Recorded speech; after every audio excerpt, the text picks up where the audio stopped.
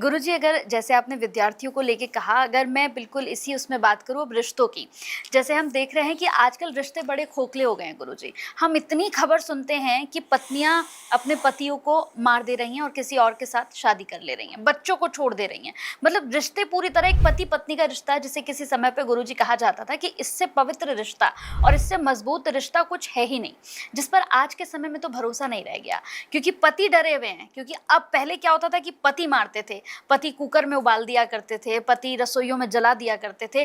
अब क्या हो रहा है, अब पत्नियां पूरी तरह हावी हो गई हैं। ऐसा क्यों हो रहा है समाज में गुरुजी? नहीं, इसमें मैं आपसे थोड़ा सहमत नहीं हूँ। हाँ।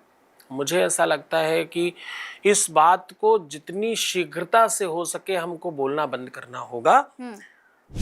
स्त्री और पुरुष में ये भेद क्यों रखते हैं हम?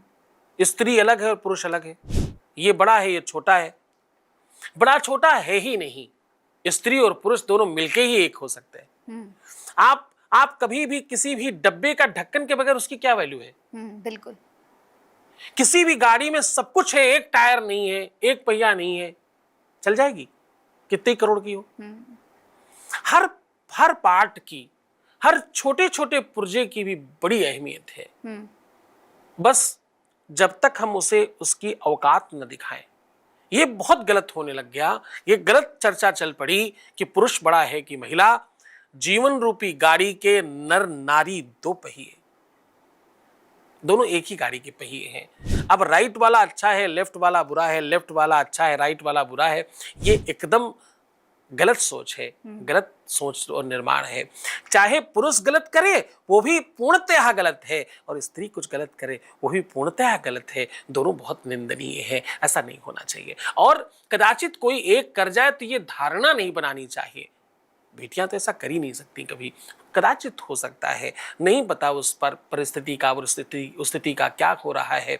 और ये जो भी हो रहा है, मैं अगेन आपको बताऊं, इसमें उन बच्चों की गलती से ज्यादा उन माँ बाप की गलती है जो पालन पोषण कर रहे हैं और सही परवरिश नहीं दे पा रहे। सही बहुत एक्सपेक्टेशंस, बहुत सारी चीजों की अपेक्षा भी आपको बिल्कुल गर्त में लेकर के जाती है। आपको पता है, एक अच्छी प्रोफेशनल डिग्री तक पहुंचने के लिए किस क्लास तक पढ़ाई करनी चाहिए, जिसको आप ठीक पढ़ा लिखा मानते हैं? ग्रेजुएशन करना चाहिए। ग्रेजुएशन करें, बीटेक करें, एमटेक करें, एमबीए करें, बीबीए करें, सीसीए करें, अथवा और आगे जाए डॉक्टर, इंजीनियर और आप आईएएस बने। एक सामान्य ग्रेजुएशन तक कोई व्यक्ति अगर ठीक ठीक एवरेज स्कूल्स में पढ़ता है तो कितना पैसा खर्चा होता होगा लमसम, बचपन से लेके अनुमानित 4-5-6 लाख रुपए, 7 लाख रुपए, मिनिमम 25 लाख रुपया, पूरा नर्सरी से लेकर के। अब इसी को अगर आप बिल्कुल उसी ऑर्डर में बैंक में जमा करना शुरू करें जिस ऑर्डर में आप स्कूल में फीस जमा करते हैं, तो अगर आप इस पे कंपाउंडिंग लगा दें तो सामान्य से सामान्य स्कूल में भी जहां पर 200-300 रुपए भी फीस है, उसको भी अगर आप उसी ऑर्डर में जमा करना प्रारंभ करें, उसकी एक एसआईपी क्रिएट करें और उस पर आप कंपाउंडिंग ले लें, तो जब आप ग्रेजुएशन करेंगे उस समय तक आपको ब्याज का कम से कम पर मंथ 20 से 25 लाख रुपए मिलना शुरू हो जाएगा। कितना ब्याज में पर मंथ? 20 से 25 लाख रुपए। तो ये इस बात से ये सिद्ध नहीं होता कि कल एसआईपी खोल देना। हाँ, इस बात से ये सिद्ध होता है कि आप पढ़ाई पैसों के लिए नहीं करते। अगर पैसों के लिए पढ़ाई करते तो ये मैनेजमेंट ऐसे ही कर लेते, वो बचपन से पैसे जमा करना शुरू कर देते, जब तुम बड़े हो जाते अपने आप सैलरी आपके घर आने लगती। तुलसीदास जी ने लिखा है, आजकल के माँ बाप गलत कर रहे हैं, और क्या गलत कर रहे हैं? उन्होंने लिखा, मात पिता ही बालक ही बुलावे, उदर भरन के गुण सिखावे। माता पिता बच्चों को आजकल ऐसी पढ़ाई पढ़ाते कैंपस सिलेक्शन हो जाए, इसके लिए पढ़ रहे हैं। फला एग्जाम में पास हो जाए इसलिए पढ़ाई कर रहे हैं। पढ़ाई के लिए नहीं पढ़ रहे हैं, ज्ञान के लिए नहीं पढ़ रहे हैं, नॉलेज के लिए नहीं पढ़ रहे हैं, केवल एग्जाम देने के लिए पढ़ रहे हैं। और उधर भागने में हो क्या रहा है? एग्जाम देने के लिए जो पढ़ रहे हैं उधर क्या हो रहा है? आपके अर्थ का सत्यानाश हो रहा है। दोनों अर्थ, एक ये वाला अर्थ और एक जीवन के अर्थ का। आपका कोई लक्ष्य ही नहीं है।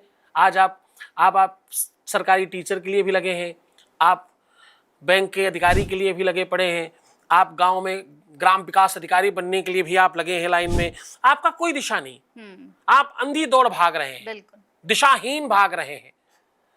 आधी छोड़ पूरी को धावे और पूरी मिले ना आधी पावे।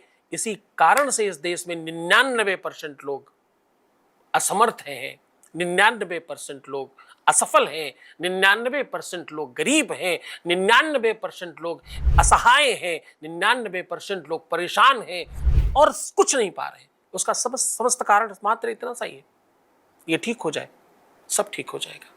तो वो जो आपने प्रश्न किया कि कहाँ गड़बड़ है, क्यों वो लड़कियां हावी होने लग गई, पहले पुरुष मार रहे थे वो भी गलत था, आज स्त्रियां अपने पतियों को मार रही हैं, गलत कर रही हैं, इधर उधर भाग भोग रही हैं, कभी किसी के साथ कभी किसी के साथ, ये दोनों ही गलत है। लेकिन इन दोनों से ज्यादा गलत वो है जो इन लोगों को सिखा रहा है, वो जो समाज बन रहा है, वो जो एक नया कल्चर क्रिएट हो रहा है। और सबसे बड़ी बात, बाप रे, रील हम तो देखेंगे जरूर, हम तो सुनेंगे जरूर। अरे कहीं बैठ जाएं, अच्छी अच्छी मीटिंग्स में बैठे बैठे एको सेकंड का मौका मिला तो फट से खोल देते हैं।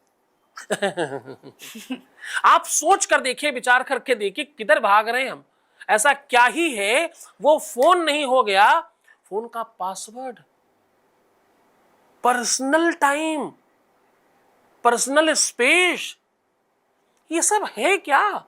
ऐसा क्या है जिसे आप पर्सनल कहते हो? What is the meaning of personal? होता क्या पर्सनल? ऐसा क्या जिसे छुपाने की आवश्यकता है? कुछ नहीं होता।